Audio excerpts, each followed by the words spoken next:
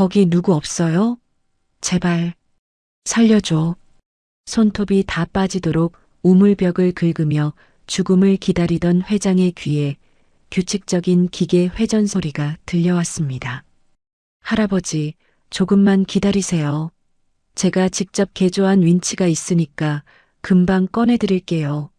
신문 배달 가방을 맨 13살 소년이 자전거 페달을 밟기 시작하자 7m 아래의 거물이 기적처럼 지상으로 끌어올려졌습니다. 돈이면 다 되는 줄 알았던 회장과 돈보다 귀한 가치를 지키려는 천재 소년의 만남. 이 기묘한 인연은 조카의 탐욕으로 얼룩진 기업을 어떻게 정화하고 소년을 어떤 히어로로 만들었을까요? 사연 시작 전 구독 눌러주시고 어디서 듣고 계신지 댓글 남겨주시면 그곳으로 행운이 가득 깃들기를 바라겠습니다. 도심의 소음이 잦아든 고요한 새벽이었지만 대한민국에서 가장 높은 빌딩인 JS그룹 본사 꼭대기층은 대낮처럼 환한 불빛을 내뿜고 있었습니다. 강만식 회장이 돋보기를 고쳤으며 책상 위에 수북하게 쌓인 서류 뭉치를 한 장씩 넘겼습니다. 서류에는 수많은 직원의 이름과 그들의 생계가 달린 구조조정 명단이 빽빽하게 적혀 있었죠. 강만식 회장이 차갑게 식은 커피를 한 모금 마신 뒤 만년필을 들어 명단 맨 윗장에 날카로운 서명을 남겼습니다. 옆에서 대기하던 비서실장이 조심스럽게 물었습니다. 회장님, 이 안건이 통과되면 현장의 반발이 만만치 않을 것 같습니다. 조금만 더 검토하시는 것이 어떨까요?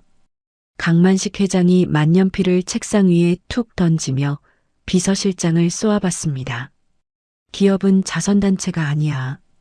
아픈 팔은 잘라내야 몸 전체가 사는 법이지. 반발하는 놈들은 절차대로 정리해. 내 말 알아들었나? 비서실장이 허리를 굽히며 대답했습니다. 네, 회장님. 지시하신 대로 바로 처리하겠습니다. 강만식 회장이 의자 깊숙이 몸을 묻으며 창밖의 어두운 도시를 내려다봤습니다. 최정상의 자리에 올랐지만 강만식 회장의 눈빛에는 서늘한 고독함이 서려 있었죠. 그때 집무실 문이 열리며 조카인 강상무가 환한 미소를 지으며 들어왔습니다. 강상무가 손에 든 서류 가방을 고쳐 잡으며 강만식 회장에게 깍듯하게 인사했습니다. 작은아버지, 새벽부터 고생이 많으십니다. 건강도 챙기셔야지요. 강만식 회장이 눈길도 주지 않은 채 덤덤하게 말했습니다. 강상무가 웬일인가? 이 새벽에 여긴 무슨 일이야? 강상무가 강만식 회장의 책상 앞으로 다가와 의자에 앉으며 대답했습니다. 내일 있을 신제품 기술 시연회 준비를 마치고 보고 드리러 왔습니다. 이번 보안 로봇 프로젝트는 제가 사활을 걸고 준비했으니 기대하셔도 좋습니다. 강만식 회장이 그제야 고개를 돌려 강상무를 빤히 쳐다봤습니다. 그래, 네가 큰 소리 칠 만큼 완벽하다는 거겠지. 만약 내일 조금이라도 허점이 보인다면 내 자리도 장담 못할 줄 알아라. 강상무가 땀이 밴 손바닥을 바지에 슬쩍 닦으며 고개를 숙였습니다. 걱정 마십시오. 제 모든 것을 걸었습니다. 하지만 고개를 숙인 강상무의 입가에는 비열한 미소가 스쳐 지나갔습니다. 강상무는 속으로 강만식 회장이 사라진 뒤 자신이 차지할 그룹의 후계 구도를 하나씩 점검하고 있었죠. 비슷한 시각, 도심의 화려함과는 거리가 먼 달동네 끝자락의 낡은 단칸방에 불이 켜졌습니다. 13살 소년 이찬솔이 부스스한 머리를 털며 자리에서 일어나 마당으로 나갔습니다.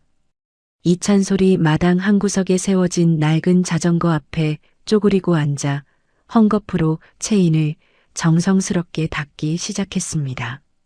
이 자전거는 평범한 자전거가 아니었죠.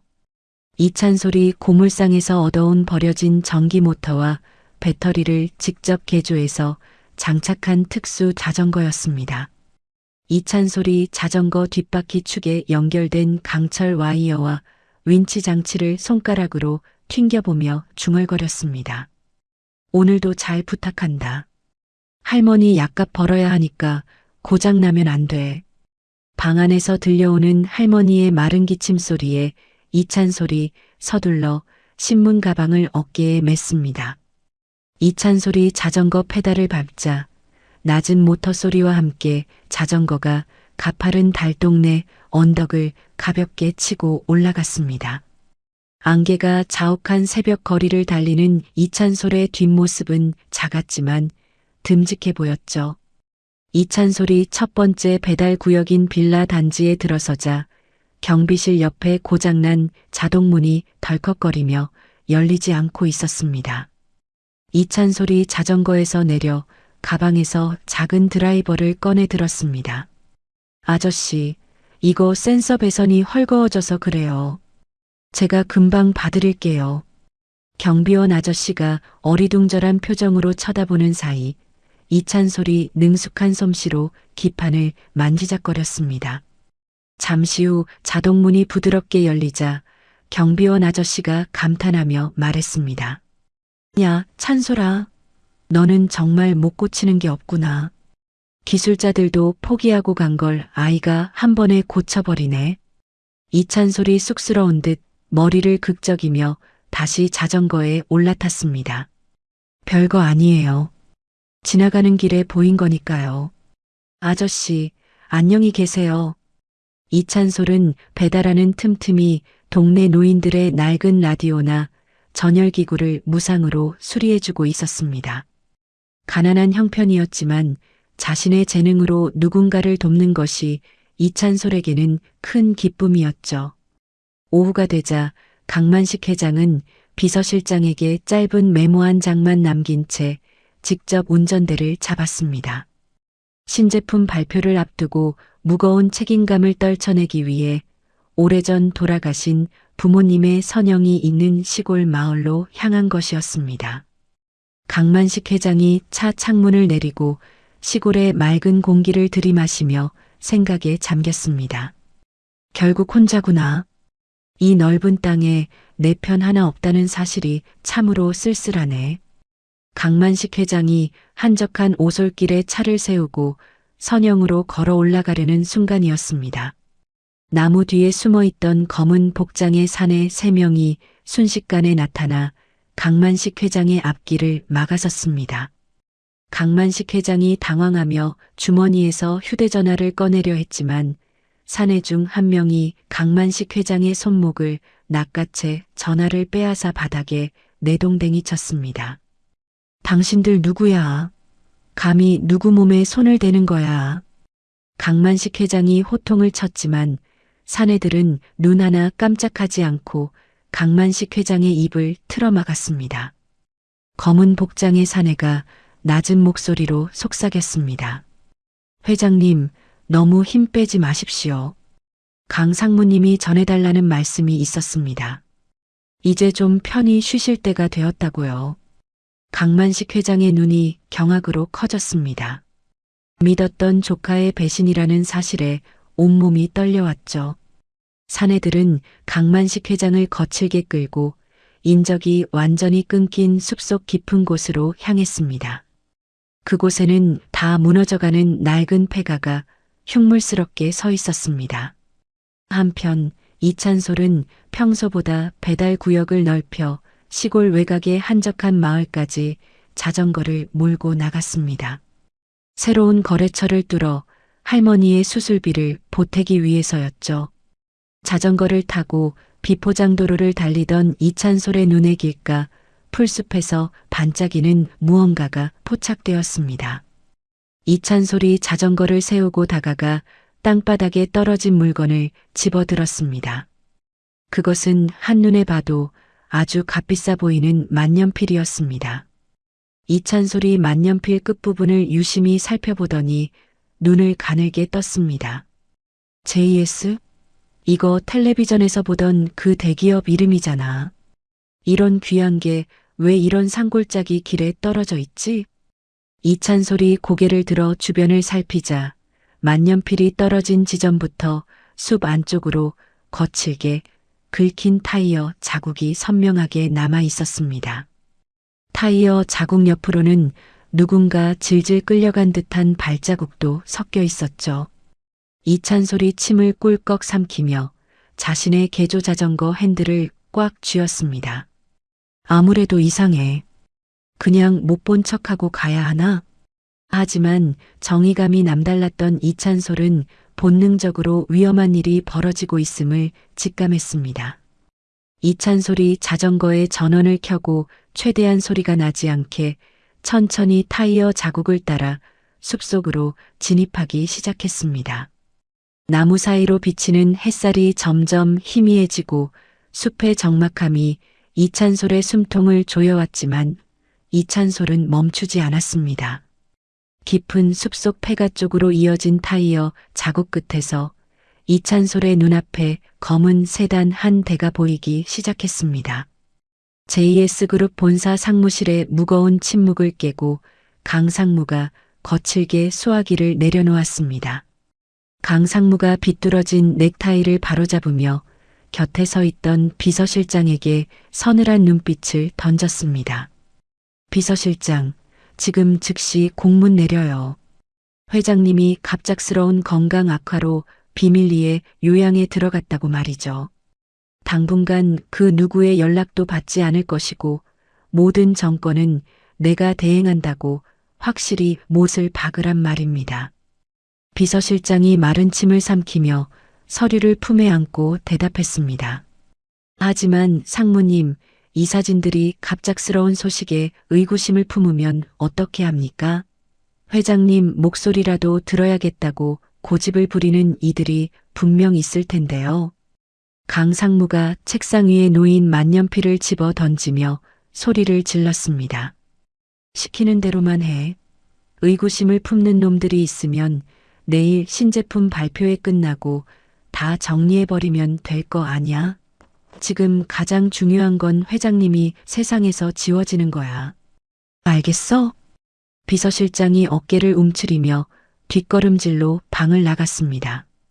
혼자 남은 강상무가 태블릿 PC 화면을 켜고 비열하게 웃으며 중얼거렸습니다. 작은아버지, 이제 당신의 시대는 끝났어요. 그 고집불통 같은 성격이 결국 당신을 우물 속으로 몰아넣은 겁니다. 같은 시각 숲속 깊은 곳의 낡은 폐가 마당에서는 험상궂은 사내들이 강만식 회장을 바닥에 꿀려놓고 있었습니다. 우두머리로 보이는 사내가 강만식 회장의 오른손을 강제로 잡아채 태블릿 PC 화면에 갖다 댔습니다. 강만식 회장이 이를 악물며 손가락을 오므리려 했지만 사내의 완력에 무참히 꺾이고 말았죠. 이 비열한 놈들, 강상무가 너희에게 얼마를 주기로 했는지 모르겠지만 내 손에 풀려나면 너희는 무사하지 못할 줄 알아.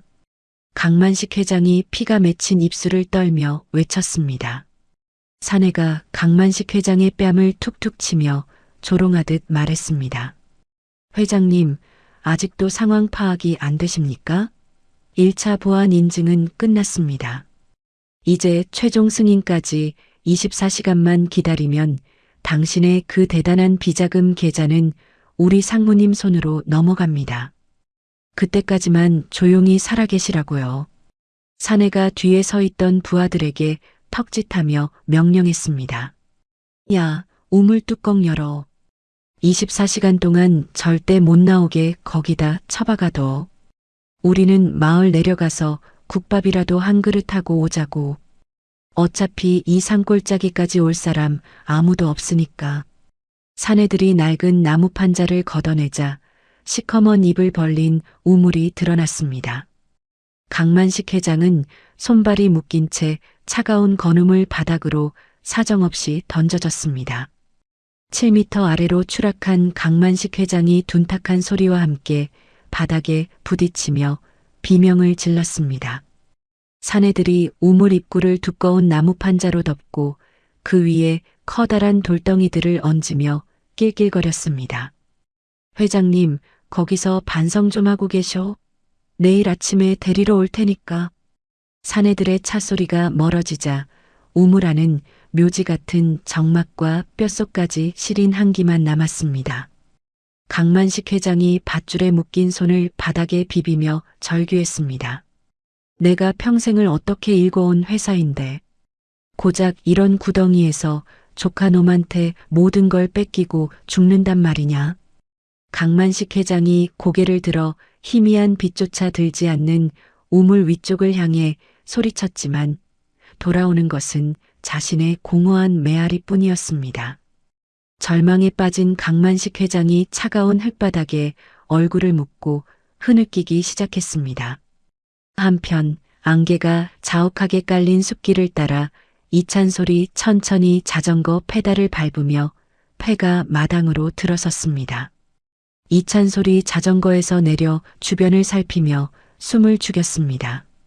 마당 한편에 어지럽게 찍힌 타이어 자국과 누군가 다툰 흔적을 보며 이찬솔이 주머니에서 만년필을 꺼냈습니다.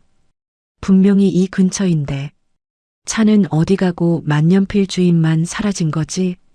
이찬솔이 마당을 가로질러 걷다가 비정상적으로 큼지막한 돌들이 쌓여 있는 우물 입구 앞에 멈춰 섰습니다. 우물 주변에는 강만식 회장이 납치당할 때 떨어뜨린 은색 커프스 버튼 한쪽이 반짝이고 있었습니다. 이찬솔이 그것을 집어들며 우물 덮개 틈새로 고개를 숙였습니다. 여기 누구 있어요? 제 목소리 들리세요? 이찬솔의 물음에 우물 깊은 곳에서 아주 희미하게 꺽꺽거리는 신음소리가 새어나왔습니다. 이찬솔이 깜짝 놀라 우물 덮개 위로 귀를 바짝 갖다 댔습니다. 살려줘. 누구 없느냐? 제발. 강만식 회장의 끊어질 듯한 목소리를 듣자 이찬솔의 가슴이 요동치기 시작했습니다. 이찬솔이 주변을 다급하게 둘러보며 상황을 판단했습니다. 이 깊은 산속에서 경찰을 부르러 마을까지 내려갔다가는 범인들이 먼저 돌아올 것이 분명했죠. 이찬솔이 자전거 바구니를 열고 평소 들고 다니던 공구 가방을 꺼냈습니다. 할아버지, 조금만 기다리세요. 제가 지금 꺼내드릴게요. 겁내지 마세요. 이찬솔이 우물 덮개를 고정하고 있는 녹슨 볼트들을 발견하고 소형 렌치를 꺼내 들었습니다. 이찬솔이 젖먹던 힘까지 짜내어 볼트를 하나씩 풀기 시작했습니다. 끼익거리는 소름 끼치는 금속음이 적막한 폐가 마당에 울려 퍼졌습니다.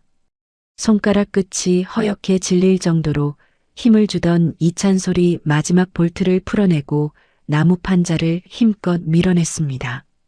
으차! 조금만 더. 됐다. 나무 판자가 옆으로 밀려나며 우물 안으로 한 줄기 빛이 쏟아져 들어갔습니다. 이찬솔이 엎드려 우물 아래를 내려다보자 흙먼지를 뒤집어 쓴 채 자신을 올려다보는 강만식 회장의 얼굴이 보였습니다. 강만식 회장이 눈부신 빛에 눈을 찌푸리며 떨리는 목소리로 물었습니다. 너는 누구냐? 어떻게 여기까지 온 거야? 이찬솔이 가방에서 손전등을 꺼내 우물 안을 비추며 대답했습니다. 저는 신문 배달하는 이찬솔이라고 해요. 할아버지, 괜찮으세요? 어디 다친 데는 없으시고요? 강만식 회장이 소년의 앳된 얼굴을 보고 안도감과 미안함이 뒤섞인 표정으로 고개를 저었습니다. 난 괜찮다. 그런데 여긴 범인들이 곧 돌아올 거야. 너까지 위험해질 수 있으니 어서 도망가거라. 이찬솔이 자전거 뒷바퀴를 나무에 단단히 고정하며 야무지게 말했습니다. 걱정 마세요.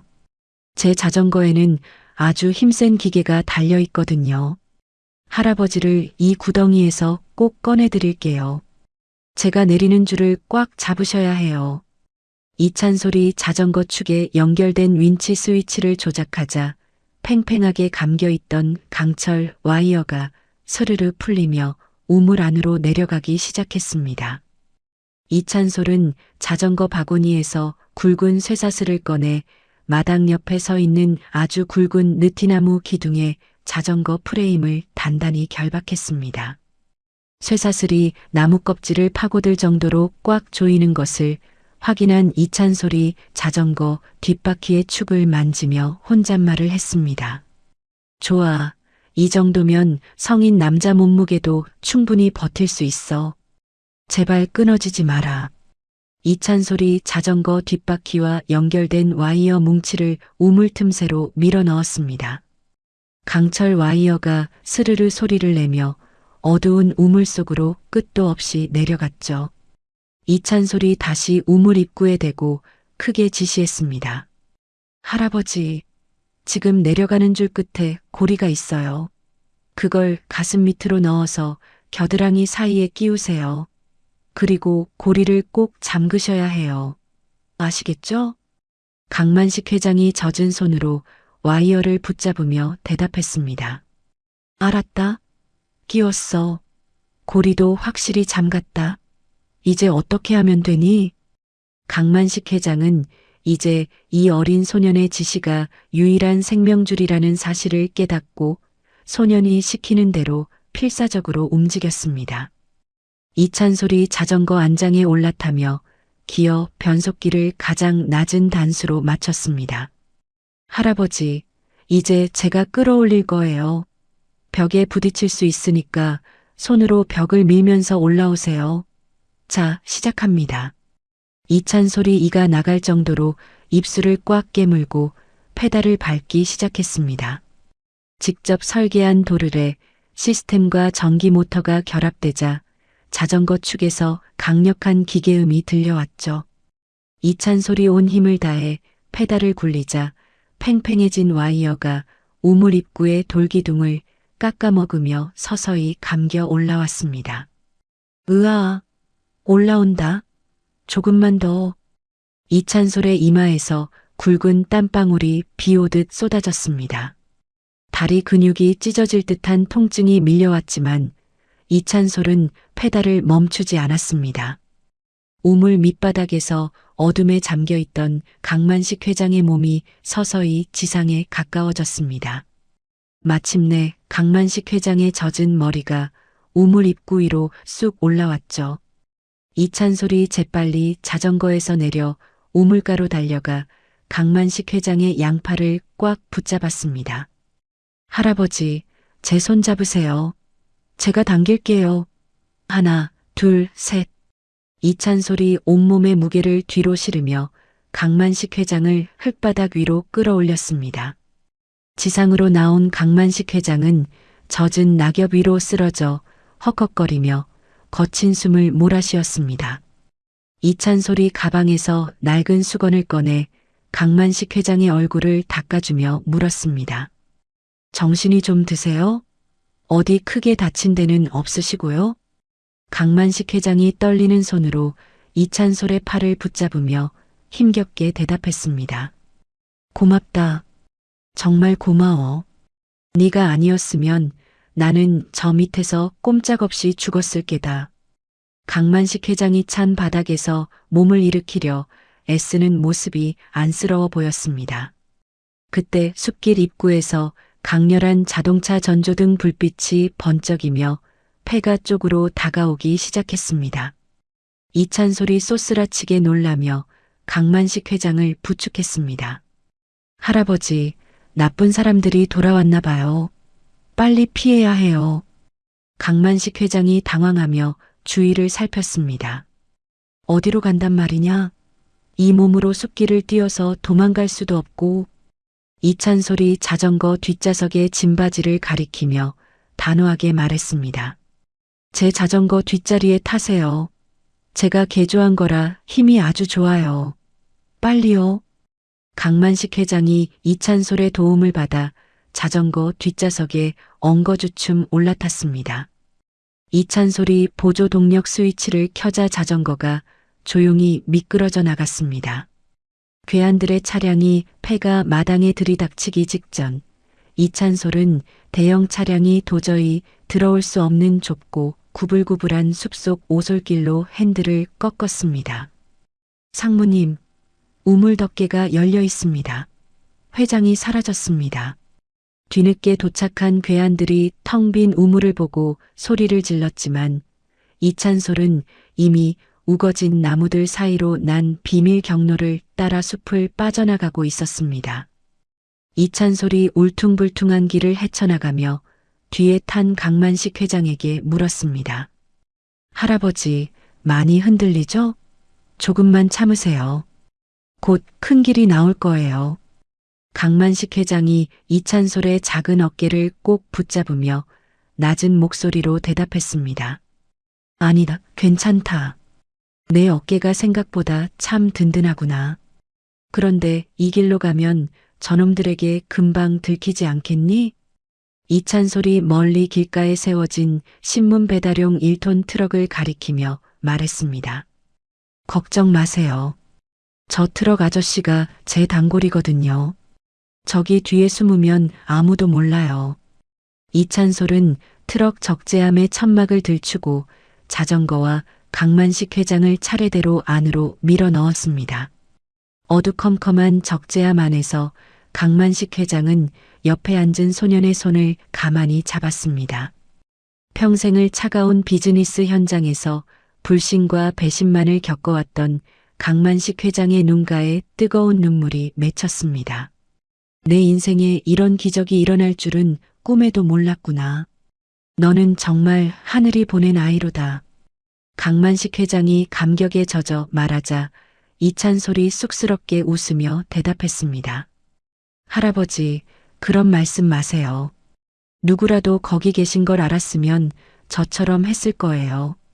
트럭이 덜컹거리며 달동네를 향해 출발하자 강만식 회장은 소년의 따뜻한 온기를 느끼며 비로소 안도의 한숨을 내쉬었습니다. 덜컹거리는 1톤 트럭이 달동네 초입의 가로등 아래에 멈춰 섰습니다. 적재함 천막이 조심스럽게 들리더니 이찬솔이 먼저 밖으로 나와 주위를 살핀 뒤 강만식 회장에게 손을 내밀었습니다. 회장님, 여기서부터는 걸어가야 해요. 트럭이 들어가기엔 골목이 너무 좁거든요. 조심해서 내리세요. 강만식 회장이 이찬솔의 손을 잡고 적재함에서 내려왔습니다. 이찬솔이 능숙하게 자전거를 끌어내리자 운전석에 앉아있던 트럭 아저씨가 창밖으로 고개를 내밀며 물었습니다. 찬솔아, 정말 괜찮겠어? 저 양반 꼴이 말이 아닌데 병원이라도 가봐야 하는 거 아니야? 이찬솔이 트럭 아저씨를 향해 고개를 숙이며 대답했습니다. 아저씨, 정말 감사해요. 병원보다 제 방이 더 안전할 것 같아서요. 나중에 제가 꼭 보답할게요. 트럭이 멀어지자 달동네의 고요한 공기가 두 사람을 감쌌습니다. 이찬솔은 자전거를 끌고 강만식 회장은 젖은 옷을 움켜쥔 채 미로 같은 골목길을 올랐습니다. 드디어 삐걱거리는 나무 대문 앞에 도착했을 때 이찬솔이 낮은 목소리로 속삭였죠. 회장님, 여기가 제 집이에요. 많이 좁고 낡았지만 여기 있으면 아무도 못 찾을 거예요. 어서 들어오세요. 강만식 회장이 낮은 문턱을 넘으며 고개를 숙였습니다. 방 안에는 낡은 꽃무늬 벽지가 군데군데 일어나 있었고 방 한 구석에서는 이찬솔의 할머니가 웅크리고 잠들어 있었습니다. 이찬솔이 벽장에서 할머니의 두툼한 스웨터와 낡은 바지를 꺼내며 강만식 회장에게 건넸습니다. 젖은 옷 계속 입고 계시면 큰일 나요. 이거 할머니 옷인데 좀 크니까 맞을 거예요. 화장실은 저기 마당 끝에 있어요. 따뜻한 물이 안 나와서 정말 죄송해요. 강만식 회장이 옷을 받아들고 쓴웃음을 지었습니다. 아니다, 찬솔아. 지금 나한테는 이 옷이 세상에서 가장 귀한 비단옷보다 낫구나. 찬물이라도 상관없다. 몸을 좀 씻어야 정신이 들 것 같아. 강만식 회장이 마당 끝 낡은 화장실에서 찬물로 몸을 씻는 동안 이찬솔은 방 한쪽에서 노트북을 켜고 바쁘게 움직였습니다. 얼마 후 강만식 회장이 할머니의 꽃무늬 옷을 어색하게 입고 방으로 들어왔습니다. 화려한 정장을 입었을 때의 위엄은 사라졌지만 오히려 한결 인간적인 얼굴이었죠. 강만식 회장이 방 한 구석을 가득 채운 기계 부품들과 낡은 공학 서적들을 유심히 바라보며 물었습니다. 찬솔아, 이 책들을 네가 다 보는 거냐? 내용이 아주 어렵던데. 이찬솔이 낡은 기판을 닦으며 대답했습니다. 네, 고물상에서 주워온 책들인데 읽다 보니 원리가 재미있더라고요. 구조만 알면 고치는 건 생각보다 쉬워요. 강만식 회장이 책장에 꽂힌 영문 서적들을 손가락으로 훑으며 감탄했습니다. 허허, 이건 대학 전공자들도 보기 힘든 원서인데 너는 정말 내가 생각한 것보다 훨씬 비범한 아이구나. 강만식 회장은 이 좁은 방에서 독학으로 실력을 쌓은 소년의 천재성에 다시 한번 경악했습니다. 그때 이찬솔이 낡은 노트북에 구리 전선으로 만든 자작 안테나를 연결했습니다. 회장님, 아까 말씀하신 그 자료요. 지금 접속해 볼 수 있을 것 같아요. 제가 만든 신호 증폭기면 본사 비밀 서버 주소를 잡을 수 있거든요. 강만식 회장이 노트북 앞에 앉아 이찬솔이 구축한 보안 채널로 접속했습니다. 강만식 회장이 떨리는 손가락으로 관리자 비밀번호를 입력하자 화면에 복잡한 문서들이 쏟아져 나왔죠. 강만식 회장이 문서를 하나하나 확인하며 주먹을 불끈 쥐었습니다. 이놈 강상무. 감히 내 뒤에서 이런 짓을 꾸미고 있었다니. 회사 자금을 빼돌린 이면 계약서가 여기 다 있었구나. 이찬솔이 화면을 보며 조용히 말했습니다. 자료는 제가 이동식 저장 장치에 옮겨뒀어요. 그런데 회장님, 지금 상무님 사람들이 회장님 휴대전화 신호를 추적하고 있을 거예요. 강만식 회장이 주머니에서 젖은 휴대전화를 꺼내려 하자 이찬솔이 급히 말렸습니다. 안 돼요. 전파가 잡히는 순간 위치가 들통나요. 제가 차단 상자를 하나 만들게요. 이찬솔은 은박지와 낡은 전선을 이용해 작은 상자를 뚝딱 만들었습니다. 그 안에 강만식 회장의 휴대전화와 시계를 넣고 뚜껑을 덮으며 말했죠. 이렇게 하면 전파가 완전히 차단돼서 아무도 못 찾아낼 거예요. 여기 넣어두세요. 강만식 회장이 이찬솔의 기발한 처치에 고개를 끄덕이며 물건들을 상자에 담았습니다.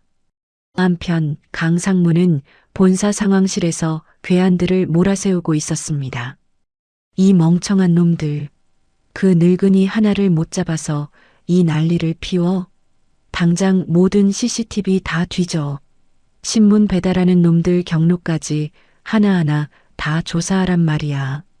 강상무가 책상을 내리치며 고함을 질렀습니다. 괴한 중 한 명이 태블릿 PC를 내밀며 대답했습니다. 상무님, 실종 지역 근처에서 배달을 마친 아이의 신원을 확보했습니다. 달동네에 사는 이찬솔이라는 아이입니다. 지금 그쪽으로 인원 보냈습니다. 강상무가 비열하게 웃으며 창밖을 내다봤습니다. 쥐새끼처럼 숨어봐야 내 손바닥 아니지. 당장 가서 끌고 와. 다시 찬솔의 방 잠에서 깬 할머니가 고소한 냄새가 나는 된장찌개를 끓여왔습니다. 할머니가 낡은 밥상을 들여놓으며 강만식 회장을 쳐다봤습니다. 아이고 손님, 차린 건 없지만 좀 드셔보세요. 우리 찬솔이가 데려온 분이니 좋은 분이겠죠. 근데 옷이 아주 잘 어울리시네. 강만식 회장이 낡은 숟가락을 들어 된장찌개를 한 입 떠먹었습니다. 눈가가 뜨거워진 강만식 회장이 찬솔을 바라보며 물었습니다. 찬솔아, 너는 왜 그렇게 기계 공부를 열심히 하는 거니?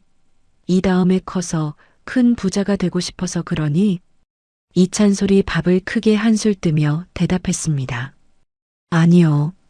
저는 그냥 우리 할머니 보청기처럼 사람들에게 꼭 필요한 걸 만들어주고 싶어요. 기술은 사람을 도와야 하는 거잖아요. 강만식 회장은 소년의 맑은 대답에 가슴 한구석이 찌릿해졌습니다. 평생 돈과 실적만을 쫓아온 자신의 삶이 한없이 부끄러워졌죠. 강만식 회장이 찬솔의 손을 꼭 잡으며 마음속으로 굳게 다짐했습니다. 찬솔아, 이 할아버지가 내 재능을 꼭 세상에 알려주마. 내 꿈이 짓밟히지 않게 내가 끝까지 지켜줄게. 식사를 마칠 무렵 이찬솔이 창문에 붙여둔 작은 거울을 유심히 살폈습니다.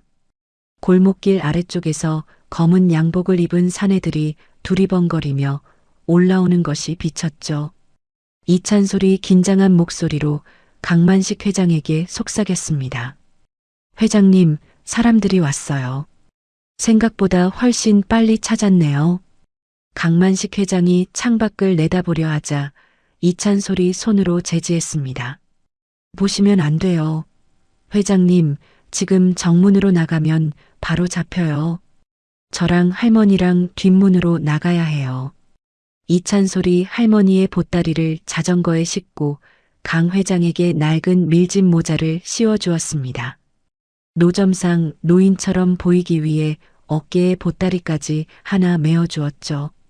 할머니, 제 손 꼭 잡으세요. 회장님도 고개 숙이고 저만 따라오세요. 지붕 위로 연결된 지름길이 있어요.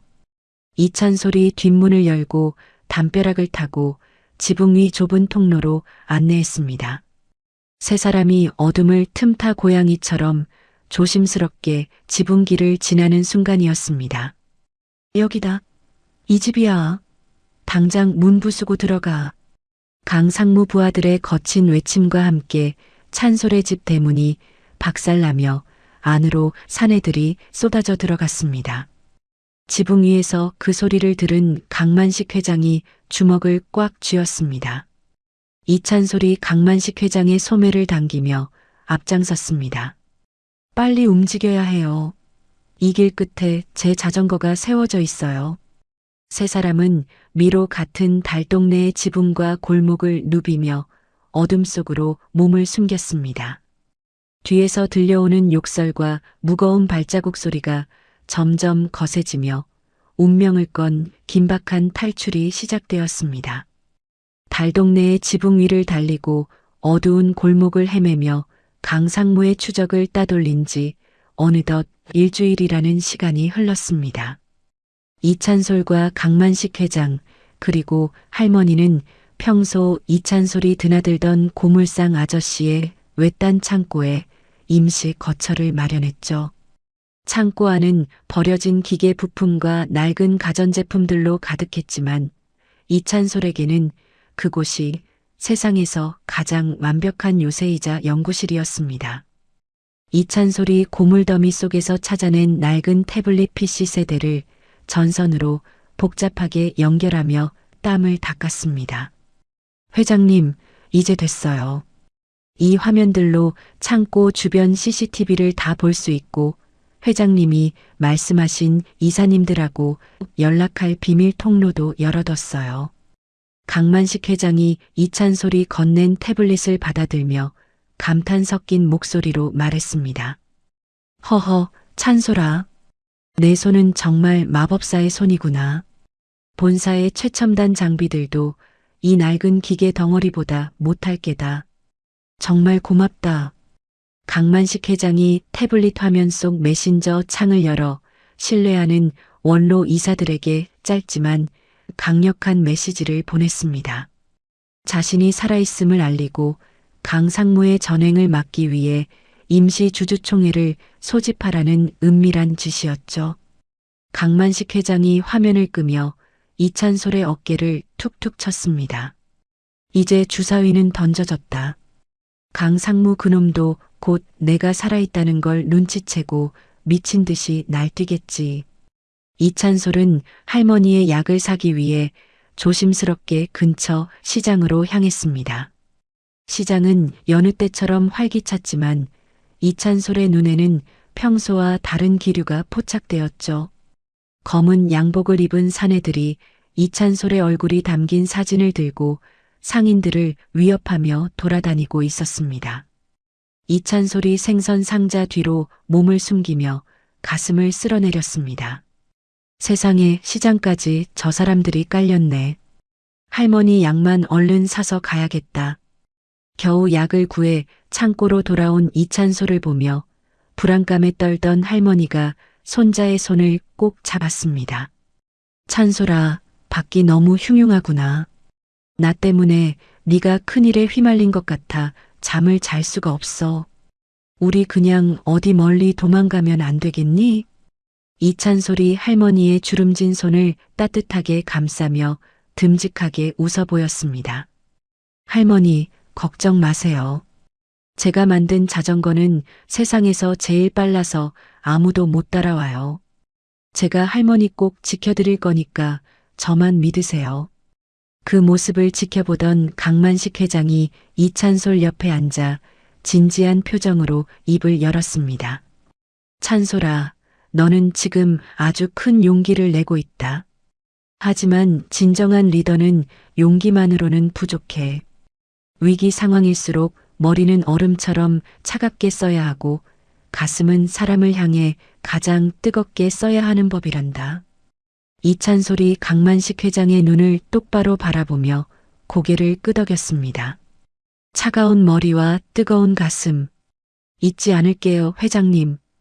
강만식 회장이 자신의 경영 노하우를 하나씩 전수해주자 이찬솔은 단순히 도망치는 것을 넘어 강상무의 숨통을 조일 반격 카드를 준비하기 시작했습니다. 이찬솔은 강만식 회장이 확보한 강상무의 비리 증거들을 전국에 동시다발적으로 유포할 수 있는 정교한 프로그램을 설계했죠. 작업을 마친 이찬솔이 고물상 마당에서 할머니의 낡은 지팡이를 가져와 무언가를 매만졌습니다. 할머니, 이 지팡이에 제가 작은 선물 하나 달아놨어요. 이게 있으면 할머니가 어디 계셔도 제가 금방 찾아낼 수 있거든요. 이찬솔이 지팡이 손잡이 밑에 초소형 위치 추적기를 교묘하게 숨겨달며 말했습니다. 할머니는 그것이 무엇인지도 모른 채 손자의 배려에 그저 환하게 웃었죠. 한편 강상무는 이찬솔이 신문을 배달하던 구역 주변의 모든 고물상을 이잡듯 뒤지며 포위망을 좁혀오고 있었습니다. 결국 끈질긴 추적 끝에 강상무 일당은 이찬솔과 강만식 회장이 숨어있는 외딴 창고의 위치를 파악하고 말았습니다. 창고 문이 거칠게 열리며 강상무가 거만한 걸음걸이로 안으로 들어왔습니다. 강상무가 비열한 웃음을 지으며 이찬솔 앞에 섰습니다. 야, 꼬맹아. 네가 그 천재 신문 배달부냐? 고생 그만하고 우리 회장님 넘기지 그러니? 그러면 너랑 내 할머니 평생 먹고 살 돈은 내가 챙겨주마. 강상무가 품 안에서 두툼한 돈뭉치를 꺼내 이찬솔의 발등 앞에 툭 던졌습니다. 이찬솔이 바닥에 떨어진 돈뭉치를 차갑게 내려다보며 강상무를 향해 침을 뱉었습니다. 우리 할아버지가 그러셨어요. 사람 목숨은 돈으로 계산하는 게 아니라고요. 당신 같은 사람한테는 우리 회장님 절대 못 넘겨요. 강상무의 얼굴이 순식간에 험악하게 일그러졌습니다. 이 어린 놈이 어디서 훈계질이야. 야, 당장 들어가서 저 늙은이 끌어내. 강상무가 뒤에 서 있던 부하들에게 창고 진입을 명령하며 소리쳤습니다. 사내들이 몽둥이를 들고 창고 안으로 들이닥치려는 찰나 이찬솔이 미리 준비해둔 자전거에 올라타 페달을 힘껏 밟았습니다. 회장님, 할머니, 지금이에요. 뒷벽으로 뛰세요. 이찬솔이 미리 봐두었던 창고 뒷벽의 헐거운 판자 구멍을 향해 돌진했습니다. 강만식 회장이 할머니를 부축해 구멍 밖으로 몸을 던졌고 이찬솔 역시 자전거와 함께 순식간에 창고 밖으로 빠져나갔습니다. 어둠 속에서 자전거의 붉은 후미등이 번쩍이며 멀어지자 강상무가 빈 창고 안에서 허공을 향해 주먹을 휘두르며 고함을 질렀습니다. 창고 뒷벽의 좁은 구멍을 빠져나온 차가운 밤 공기가 이찬솔의 젖은 등줄기를 스쳤습니다. 이찬솔은 거칠게 숨을 몰아쉬며 자전거의 중심을 잡고 뒤를 돌아봤죠. 하지만 옆에 있어야 할머니의 모습이 보이지 않았습니다. 강만식 회장이 흙먼지를 털어내며 당황한 목소리로 주위를 살폈습니다. 찬솔아, 할머니는 어디 계시냐? 방금 내 뒤를 따라오신 게 아니었어? 이찬솔이 사색이 되어 무너진 창고 벽 너머를 바라보며 외쳤습니다. 할머니, 할머니 어디 계세요? 제 목소리 들리시면 대답 좀 해보세요. 그때 창고 안쪽에서 할머니의 짧은 비명과 함께 거친 사내들의 웃음소리가 들려왔습니다. 이찬솔이 다시 창고 안으로 뛰어들어가려 하자 강만식 회장이 이찬솔의 팔을 꽉 붙잡으며 말렸습니다. 안 된다, 찬솔아. 지금 들어가면 너까지 잡혀. 일단 몸을 피해야 해. 이찬솔의 눈에서 굵은 눈물방울이 툭툭 떨어졌습니다. 자신을 지켜주겠다던 손자의 약속을 믿고 따랐던 할머니가 악당들의 손에 넘어갔다는 사실에 가슴이 찢어지는 것 같았죠. 이찬솔의 주머니에서 휴대전화 진동이 요란하게 울리기 시작했습니다. 강상무였습니다. 이찬솔이 떨리는 손으로 전화를 받자 수화기 너머로 강상무의 서늘한 목소리가 흘러나왔습니다. 어이 꼬맹아, 내 할머니 목소리 한번 들어볼래? 할멈, 손주한테 인사나 좀 하시지? 전화기 너머로 할머니의 울음 섞인 목소리가 들려왔습니다. 찬솔아, 이놈들이 나를. 너는 절대 오지 마라. 할머니는 괜찮으니까 멀리 도망가. 할머니의 말이 끝나기도 전에 강상무가 거칠게 전화를 가로채며 다시 말을 이었습니다. 들었지? 30분 준다. 지금 당장 본사 신제품 발표회장으로 강 회장 모시고 와. 만약 1분이라도 늦으면 내 할머니는 다시는 못 볼 줄 알아라. 알겠어? 뚝 끊긴 전화를 보며 이찬솔이 바닥에 주저앉아 엉엉 울기 시작했습니다. 강만식 회장이 이찬솔의 어깨를 감싸주며 낮은 목소리로 말했습니다. 찬솔아, 정신 차려야 한다. 지금 네가 무너지면 할머니를 구할 수 있는 사람은 아무도 없어. 나를 봐라. 아까 내가 했던 말 기억하지? 이찬솔이 소매로 눈물을 닦으며 강만식 회장의 손을 꽉 잡았습니다. 회장님, 저 좀 도와주세요. 저 혼자서는 도저히 못하겠어요. 할머니, 우리 할머니 꼭 구해야 해요. 이찬솔이 자전거 핸들에 부착된 태블릿을 켜며 눈빛을 바꿨습니다. 아무리 슬퍼도 머리는 차갑게 써야 한다는 강만식 회장의 가르침이 머릿속을 스쳤죠. 이찬솔이 할머니의 지팡이에 숨겨두었던 위치 추적 신호를 활성화하며 말했습니다.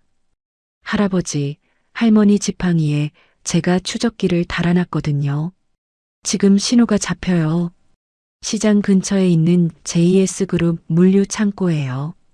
강만식 회장이 이찬솔의 빠른 대처에 놀라며 고개를 끄덕였습니다. 역시 대단하구나. 찬솔아, 그럼 내가 시간을 버는 동안 네가 할머니를 구할 수 있겠느냐? 나는 지금 본사 비서실로 연락해서 강상무의 죄를 만천하에 알릴 준비를 하마. 이찬솔이 결연한 표정으로 자전거 안장에 올라탔습니다. 네, 할아버지. 제가 창고로 가서 할머니 모시고 올게요. 할아버지는 절대 상무님한테 잡히시면 안 돼요. 이찬솔은 자전거의 보조 동력을 가동해 어둠 속으로 질주했습니다. 강만식 회장도 이찬솔이 건네준 통신 단말기를 이용해 본사 비서실로 강상무의 범죄 파일을 전송하며 긴박하게 움직였습니다. 잠시 후 이찬솔은 물류창고 뒷문이 으슥한 담벼락에 도착했습니다. 입구에는 검은 정장을 입은 사내들이 삼엄한 경비를 서고 있었죠. 이찬솔은 직접 부딪히는 대신 자전거 바구니에 달린 소형 스피커를 꺼내 반대편 골목에 던져두었습니다. 이찬솔이 스마트폰으로 블루투스를 연결해 시끄러운 사이렌 소리와 고함 소리를 재생했습니다. 저게 뭐야? 경찰인가? 야, 너희들 저쪽으로 가봐. 입구를 지키던 사내들이 소음이 나는 쪽으로 우르르 달려가자 이찬솔이 재빨리 창고 뒷문의 환기팬 앞으로 다가갔습니다. 이찬솔은 자전거 윈치 와이어를 환기팬 덮개에 걸고 기어를 힘껏 돌렸습니다. 기익! 날카로운 금속음과 함께 거대한 환기팬이 뜯겨나갔습니다. 이찬솔은 좁은 통로를 따라 원숭이처럼 민첩하게 창고 내부로 잠입했습니다. 창고 구석, 차가운 컨테이너 박스 옆에 밧줄로 꽁꽁 묶인 할머니가 보였습니다. 이찬솔이 입술을 깨물며 소리 죽여 달려갔습니다. 할머니, 저 왔어요. 괜찮으세요? 할머니가 깜짝 놀라 고개를 들더니 이찬솔을 보고 눈물을 쏟았습니다. 이찬솔은 주머니에서 다용도 칼을 꺼내 할머니의 손목과 발목을 묶은 밧줄을 신속하게 끊어냈습니다. 찬솔아, 이 위험한 데를 어떻게 왔어? 어서 나가자, 어서.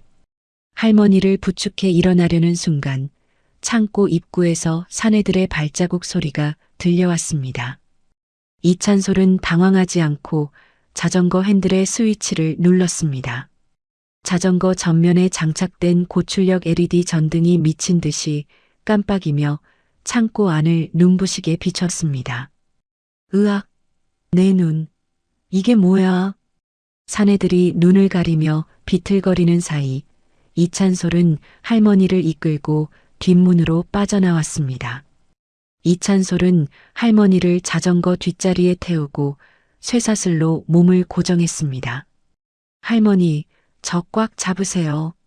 이제부터 진짜 빠르게 달릴 거예요. 이찬솔은 자동차가 절대 들어올 수 없는 좁고 복잡한 골목 미로를 향해 페달을 밟았습니다. 하지만 강상무는 이미 골목마다 부하들을 촘촘하게 배치해둔 상태였죠. 골목 끝에서 검은 세단 2대가 라이트를 밝히며 이찬솔의 앞길을 막아섰습니다. 뒤쪽에서도 또 다른 세단이 서서히 거리를 좁히며 압박해왔습니다. 이 어린 놈이 감히 우리를 속여? 이제 끝이다. 순순히 내려. 사내들이 차에서 내리며 몽둥이를 치켜들었습니다. 이찬솔의 앞에는 수십 개의 가파른 돌계단이 낭떠러지처럼 펼쳐져 있었고 좌우는 높은 담장으로 막혀 있었습니다. 이찬솔이 브레이크를 꽉 쥐며 뒤에 탄 할머니의 손을 잡았습니다. 할머니, 저 믿으시죠? 눈 꼭 감으세요. 저희 이제 날아갈 거예요. 이찬솔은 자전거의 최대 출력 버튼을 누르고 거대한 바퀴가 헛도는 소리를 내며 계단 아래를 향해 몸을 던질 준비를 마쳤습니다. 이것은 할머니를 지키기 위한 이찬솔의 인생 최대의 도박이자 마지막 반격의 시작이었습니다.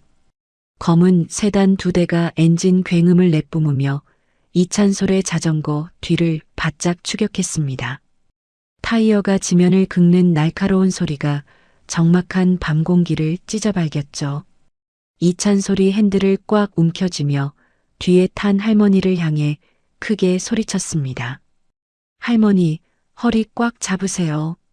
이제부터 진짜 좁은 길로 들어갈 거예요. 할머니가 이찬솔의 옷자락을 생명줄처럼 붙들며 대답했습니다. 찬솔아, 뒤에 차가 너무 가깝다. 어서 피해라, 어서. 이찬솔은 거침없이 핸들을 꺾어 폭이 겨우 1m 남짓한 낡은 주택가 골목으로 자전거를 몰았습니다. 뒤따라오던 세단들이 비명을 지르듯 급브레이크를 밟으며 골목 입구에 멈춰 섰습니다. 차체가 담벼락을 긁으며 불꽃을 튀겼지만 거대한 덩치는 좁은 입구를 통과하지 못했죠. 차 문이 거칠게 열리더니 검은 정장을 입은 부하들이 쏟아져 나왔습니다. 저 새끼 저거. 야, 차 버리고 뛰어. 골목 끝에서 잡아. 사내들이 몽둥이를 휘두르며 이찬솔의 뒤를 쫓아 달리기 시작했습니다. 하지만 이찬솔은 지난 3년 동안 눈이 오나 비가 오나 이 동네 구석구석을 누볐던 베테랑 배달부였습니다. 이찬솔이 막다른 길처럼 보이는 낡은 담장 앞에서 속도를 줄이지 않고 옆으로 난 구멍 같은 샛길로 쑥 빠져나갔습니다. 어디로 갔어? 분명히 이쪽으로 들어갔는데. 사내들이 좁은 골목 안에서 서로 부딪히며 갈팡질팡하는 사이 이찬솔은 이미 가파른 돌계단 아래에 도착했습니다. 이찬솔이 자전거에서 내려 할머니의 손을 잡고 계단을 가리켰습니다. 할머니, 여기만 올라가면 돼요. 자전거는 제가 맬 테니까 할머니는 앞만 보고 올라가세요. 이찬솔이 자신의 몸짓만 한 자전거를 어깨에 짊어지고 땀을 흘리며 계단을 뛰어 올라갔습니다. 숨이 턱 밑까지 차올랐지만 아래쪽에서 들려오는 구두 소리가 이찬솔의 발걸음을 재촉했죠. 계단 꼭대기에 다다른 이찬솔이 자전거 바구니에서 와이어를 꺼내 옆에 있던 낡은 철문고리에 걸었습니다. 윈치 가동. 제발 한 번에 움직여라. 이찬솔이 자전거 페달을 역으로 힘껏 밟자 팽팽해진 줄이 녹슨 철문을 강하게 끌어당겼습니다. 거대한 철문이 굉음을 내며 쓰러져 계단 입구를 완전히 봉쇄해버렸습니다. 뒤쫓아오던 사내들이 철문에 막혀 발을 동동 구르며 욕설을 내뱉었습니다. 이런 맹랑한 놈을 봤나? 문 열어. 당장 안 열어. 높은 곳에서 아래를 내려다보던 이찬솔이 자전거 스피커 스위치를 켰습니다. 스피커에서는 미리 녹음해 두었던 강만식 회장의 서슬 퍼런 목소리가 울려 퍼졌습니다. 지금 나를 추격하는 놈들은 똑똑히 들어라. 강상무의 지시는 명백한 범죄다. 지금이라도 멈추면 선처의 기회를 주겠지만 계속한다면 살인 공범으로 엄벌에 처할 것이다. 강만식 회장의 서슬 퍼런 호통에 사내들의 움직임이 눈에 띄게 주춤거렸습니다. 그 틈을 타 이찬솔은 할머니를 다시 태우고 골목 끝에 설치된 차량 진입 방지용 말뚝 사이를 빠져나왔습니다. 다시 넓은 큰 길로 나오자마자 기다리고 있던 강상무의 또 다른 차량이 자전거를 향해 돌진했습니다. 찬솔아, 옆에서 차가 온다. 조심해라. 할머니가 비명을 질렀지만 이찬솔은 침착하게 근처 시장 상가 통로로 핸들을 꺾었습니다. 좁은 시장 좌판들 사이를 미꾸라지처럼 누비는 자전거를 육중한 승용차는 도저히 따라올 수 없었죠. 결국 무리하게 진입하려던 승용차는 시장 입구의 철제 구조물을 들이받고 보닛에서 연기를 뿜으며 멈춰 섰습니다. 휴, 이제 됐어요. 할머니, 이제 마지막 단계예요. 이찬솔이 자전거를 세우고 핸들에 부착된 태블릿의 버튼을 눌렀습니다. 자전거에 내장된 스마트폰 테더링 기능이 작동하며 강상무가 우물가에서 강만식 회장을 협박하던 범죄 영상이 전송되기 시작했습니다. 그 시각 JS그룹 본사 발표회장 대형 전광판과 로비 화면에 강상무의 비열한 얼굴이 가득 찼습니다. 내가 죽으면 모든 게 내 차지가 될 줄 알았느냐? 이 배은망덕한 놈. 화면 속 강만식 회장의 일갈과 함께 강상무가 지시한 납치 현장 자료들이 쏟아져 나왔죠. 승리를 확신하며 단상 위에 서 있던 강상무가 사색이 되어 비틀거렸습니다. 이게 뭐야? 누가 이런 걸 틀었어? 당장 꺼. 당장 끄란 말이야. 강상무가 비명을 지르며 도망치려 했지만 로비 입구는 이찬솔의 신고를 받고 미리 출동한 경찰들에 의해 완전히 봉쇄되어 있었습니다. 이찬솔은 근처 골목에 도착한 경찰차 앞에 자전거를 세우고 할머니를 부축해 내렸습니다. 경찰 아저씨, 저희 할머니 좀 잘 부탁드릴게요. 저는 꼭 가야 할 곳이 있어요. 경찰관이 할머니를 인계받으며 이찬솔의 어깨를 다독였습니다. 걱정 마라 학생. 정말 장한 일을 했구나. 할머니는 우리가 안전하게 보호하마. 이찬솔은 마지막 남은 힘을 다해 페달을 밟았습니다. 다리 근육이 타들어가는 것 같았지만 저 멀리 보이는 JS그룹 본사의 불빛이 이찬솔을 불렀죠.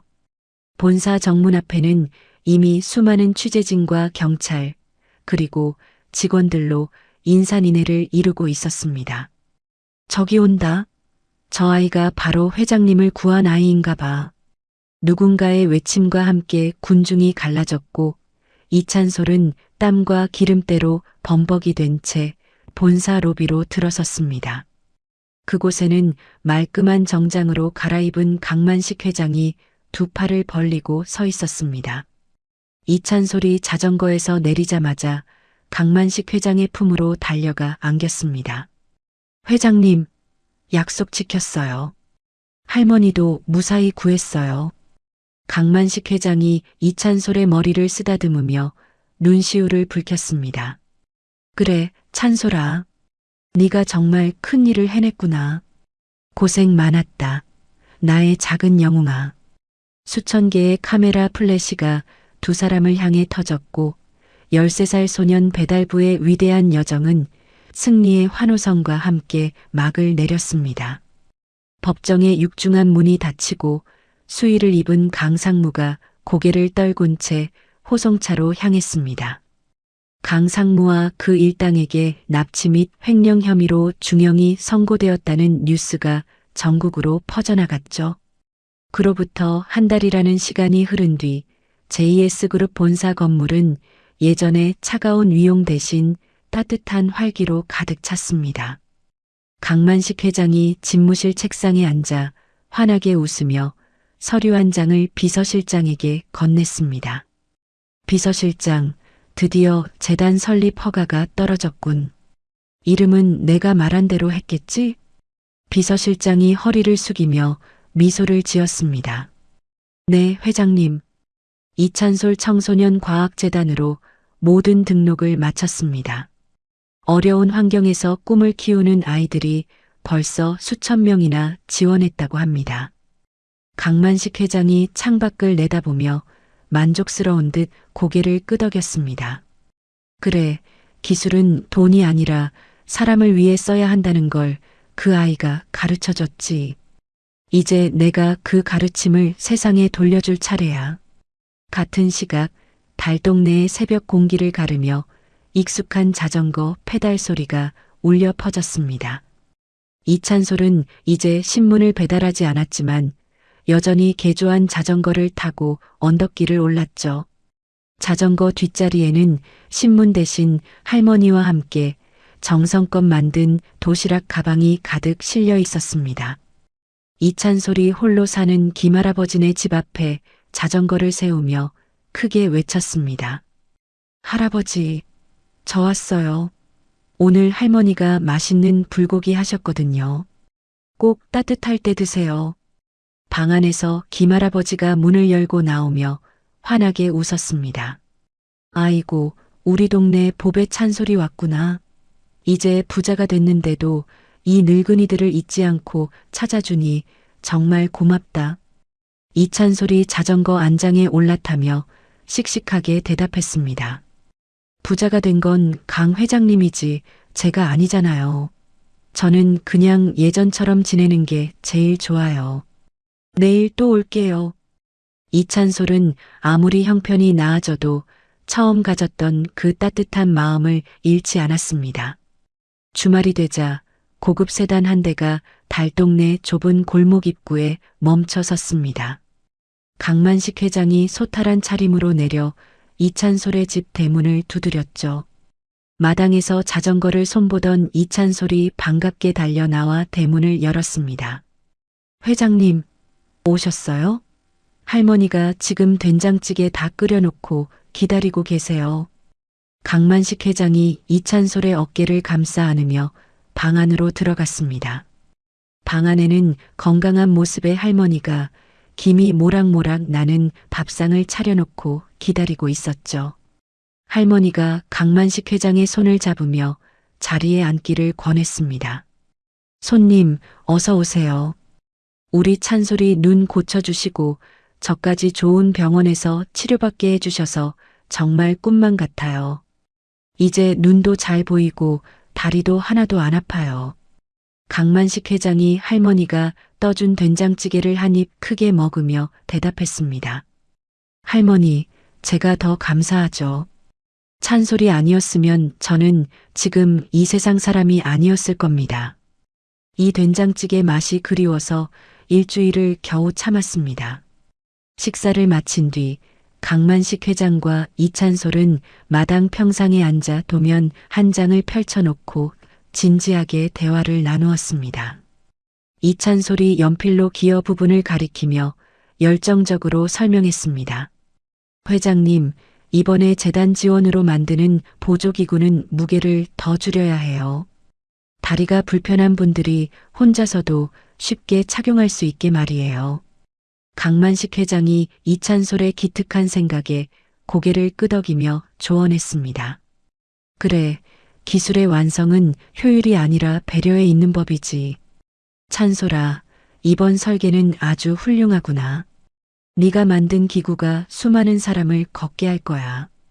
두 사람은 나이 차이를 잊은 채 세상에서 가장 친한 단짝 친구처럼 기술의 미래를 논했습니다.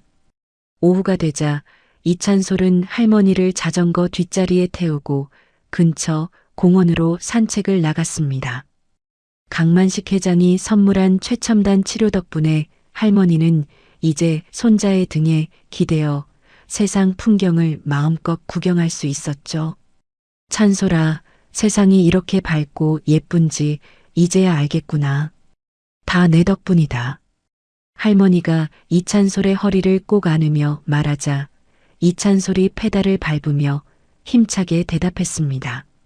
할머니, 이제 시작이에요. 제가 나중에는 할머니 전용 비행기도 만들어 드릴게요. 한편 JS그룹 본사 1층 로비에는 아주 특별한 전시물이 들어섰습니다. 이찬솔이 강만식 회장을 구출할 때 사용했던 기름때 묻고 낡은 그 개조 자전거였죠. 출근하던 직원들이 자전거 앞에 멈춰서서 전시된 글귀를 읽으며 숙연해졌습니다. 기술이 향해야 할 곳은 이윤의 정상이 아니라 사람의 가장 낮은 곳입니다. 강만식 회장은 이 자전거를 통해 전 사원에게 기업의 존재 이유를 매일 일깨워 주었습니다. 어느 날 이찬솔에게 명문과학고등학교에 특별 입학 제의가 들어왔습니다. 모든 이가 부러워할 기회였지만 이찬솔은 강만식 회장과 상담 끝에 정중히 거절했습니다. 회장님, 저는 책상 앞에만 앉아 있는 천재보다 현장에서 사람들의 고장난 물건을 고쳐주는 기술자가 되고 싶어요. 여기서 직접 배우고 싶습니다. 강만식 회장이 이찬솔의 당당한 선택에 흐뭇한 미소를 지으며 말했습니다. 그래, 찬솔아. 너다운 선택이구나. 진정한 배움은 현장에 있는 법이지. 내가 내 든든한 스승이 되어주마. 강만식 회장은 얼마 후 정격적인 은퇴 선언과 함께 자신의 모든 개인 재산을 사회에 환원하겠다고 발표했습니다. 그리고 이찬솔을 자신의 경영 철학을 이어갈 유일한 정신적 후계자로 공식 선포했죠. 세상은 돈밖에 모르던 재벌 회장을 변화시킨 13살 소년 히어로의 이야기에 열광하며 아낌없는 박수를 보냈습니다. 시간이 흘러 늦은 밤, 이찬솔은 자신의 연구실 책상 앞에 앉았습니다. 책상 위에는 강만식 회장이 선물한 JS그룹의 만년필과 처음 회장을 구했을 때 사용했던 낡은 렌치가 나란히 놓여 있었습니다. 이찬솔이 두 물건을 번갈아 보며 손으로 가만히 쓸어내렸습니다. 화려한 만년필도 좋지만 역시 나한테는 이 렌치가 제일 잘 어울려. 이찬솔은 지식보다 중요한 것은 사람을 구하려는 용기라는 사실을 다시 한번 가슴 깊이 새겼습니다. 다음 날 새벽 어김없이 새벽 공기를 가르며 이찬솔의 자전거가 달동네를 내려갔습니다. 규칙적으로 들려오는 자전거 페달 소리는 이제 소음이 아니었습니다. 그것은 소외된 이웃들에게 희망을 전하고 세상을 따뜻하게 변화시키는 새로운 시대의 고동소리였죠. 이찬솔의 자전거가 멀어질수록 그가 지나온 길 위로 찬란한 아침 해가 떠올라 온 세상을 황금빛으로 물들였습니다. 돈이 전부인 차가운 세상이라지만 오늘 전해드린 13살 찬소리와 강 회장님의 이야기가 여러분의 지친 마음을 조금이나마 따뜻하게 덮여드렸기를 바랍니다. 죽음의 문턱에서 우연히 맞잡은 두 사람의 손은 결국 탐욕으로 가득 찬 세상을 바꾸는 그 어떤 권력보다 강력한 무기가 되었습니다. 진정한 히어로는 화려한 망토를 두른 사람이 아니라 낡은 자전거를 타고서라도 이웃의 아픔을 외면하지 않는 우리 곁의 평범한 이웃이라는 사실을 다시금 깨닫게 됩니다. 13살 소년의 맑은 눈동자가 지켜낸 것은 한 재벌 그룹의 운명이 아니라 어쩌면 우리 사회가 잊고 살았던 사람에 대한 예의가 아니었을까요? 여러분의 삶에도 찬소리의 자전거 페달 소리처럼 희망차고 활기찬 일들이 늘 가득하기를 진심으로 기원하겠습니다. 이야기를 끝까지 들어주신 분이 계시다면 잘 들었다고 댓글 하나만 남겨주세요. 감사합니다.